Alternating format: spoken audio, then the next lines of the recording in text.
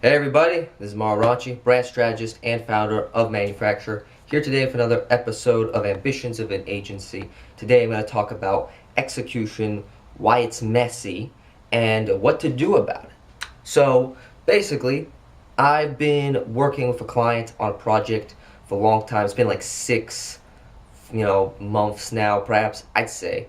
But it's taking, I'd say, a long time to get the results we want. And it's not because we're not doing anything, right? It's because, I'm all new to all the stuff I'm trying to create, right? I don't know much about Google Ads, so I'm learning it as I go, right? And so by understanding that, sometimes, execution isn't as clear cut as you want it to be, especially if it's something new that you're doing, right? So let's say you've done the strategy, you've done all the brand strategy, you've done all the work,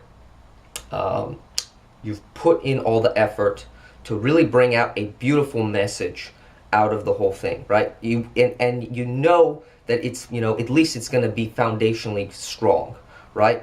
But when you get it out there in the market, there's a whole different dynamic to deal with, right? When you start taking more responsibility, like, as a designer, right? What you can do really at the end of the day, you can, if you're making just a little design like a brand identity or a logo or whatever, all you do is you create a nice little design, you can create a nice little brand booklet, and then that's it. And poof, they're onto the wind. They have to deal with their business problems, and you have to, that's it, right?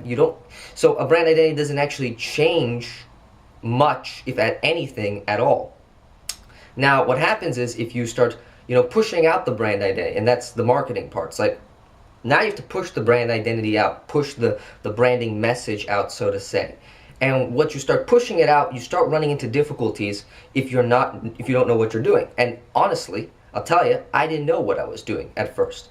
But, I started to understand that, I can't rely on my knowledge all the time. So what did I have to do? I had to find people to outsource stuff to. The things that I thought I, would never do in my life, like, taking advantage of arbitrage, right? Taking advantage of, lower income countries that obviously, are on like Fiverr or Upwork, and they pay at least like 100 or 300 for, a small job done or a small thing done. And, really researching the freelancers and, basically hiring the people that I need to create the results I need to get for my client. Because in the client, again, he doesn't really give a crap about anything unless the results come, right? So it doesn't matter if I do it, right? So I had to detach from that sort of, ego or that, understanding of just like, I don't need to do everything. I'm a designer, but I mean, I don't know Google Ads. I don't know how to program this thing into here, right? Or I don't know how to program a thank you page into a landing page, right? Simple stuff like this, So I just outsource it, maybe for 100, 300, couple bucks. Not big deal, really. It's really, really not a big deal. But designers make it up to be such a big deal because they have to be the one creating everything. They need to have this sense of ownership.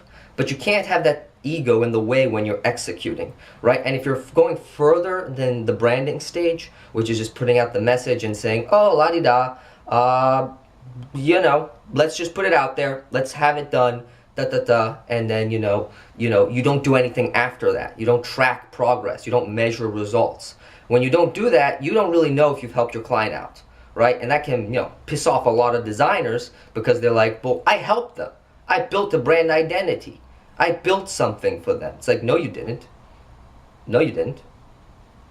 What did you do? Did you actually change, the frame of a business? Did you give them more customers?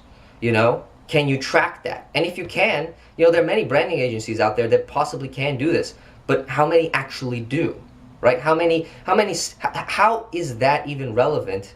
When people show a brand identity, right? They always show it in the light of a designer frame of mind, but they never show it in the capable aspect of, somebody who's a business owner. It's like, did you see a growth after this brand identity? No.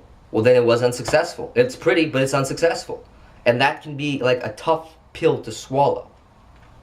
So when you're going beyond that point, right, the execution is messy. So you have to take advantage of stuff like arbitrage, right? People in lower income countries, paying less because their, cost of living is lower. And you take advantage of that because, hey, I'm a business owner at the end of the day. So my bottom line matters than my sentimentality of, my mentality of, I'm not, I see it as helping them. Because at the end of the day, it's money. And if it's good for them, it's good for me that my bottom line stays, pretty good. It doesn't, I don't need to spend thousands of dollars on the stellar designer, right? There's companies that will hire that person, and that's fine. But I can't do that. I am a small business owner in essence, so I cannot do that. So to get an ROI, return on investment, I always need to find something in regards to arbitrage. So first thing is arbitrage. Take advantage of it, right? Don't feel guilty about it. Understand that execution is messy. You don't need to do all the work, even though you think you do. You don't need to do all the work. And just arbitrage it for less money. Find the right people. You'd be surprised. There are people online that can do amazing work for very little, just because of arbitrage. So that's one point. Second point is don't make assumptions about anything.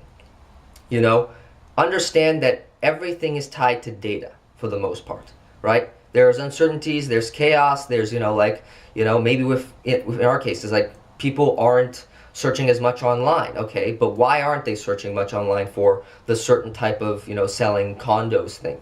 Oh, is it because we didn't use the right keywords? Maybe we need to put 2 steps back into the customer journey.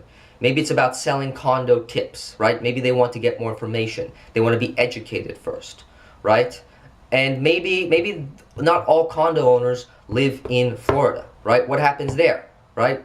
Maybe there's people who, and you start realizing these sort of small insights that come out of after strategy, right? That you're within the execution phase, your mind is taking these things during the execution phase, and you're kind of assessing the data while it goes, all the way through the, days, months, weeks, right? Every single day you're taking note and you're thinking, how can I improve on this, right? So that can be like, you start to actually take a prototype phase of mind versus a one and done, I did the brand identity, it's done, send it off, right? Because that's not as important as really following through and getting your clients results. And it can be difficult. And I've seen it's been difficult the last few days. But the challenge is there, and it needs to be overcome. And so that is the tips in order to create, better value for your client, and to actually understand that, your execution isn't going to be as straightforward as you want it to be. And especially, again, if you're going over the brand identity and doing marketing and pushing the message out, you're going to find that maybe the response wasn't as big as you thought it was. And how do you adjust to make that response better, bigger, stronger over time? And I think that's the reality, I don't know if any, reality of just how, businesses market to people, right? Because it's not about, it's not an instant thing. It's not an instant thing. Especially, if you're new to this, maybe people who've been years in this can make it instant, right? But depends on a lot of context, like, the size of the audience the person has, the size of the audience the company has, the amount of people that the ideal clients that they have, right? If they have very little, then you have to use paid traffic or to use different methods to bring in more people, bring in more, volume, so that volume can convert over time into clients. So those are the 2 things really, it's take advantage of arbitrage. Arbitrage is amazing. Use it. Get out of your head about you're screwing the design industry. You're just following the economy. It's what it is, right? You're adapting with the times. And you're helping yourself because you don't need to be busy all the time learning all these different things that you don't really want to do, right? You don't really want to do these things. So just delegate them. Second thing is understand execution is messy. And when it's messy, understand that the only thing in messiness and chaos is data and the type of data that you get over weeks and months and insights that you get after executing over time, right? Taking feedback from the market and then adjusting. So those are the two things you need to do and understand when you're executing further, and when execution gets messy, you know how to deal it first and center. All right? So that's it for today. Hope you enjoyed it. Check out all my other videos, and if you want to, subscribe, turn on notifications, and I will see you on the next one.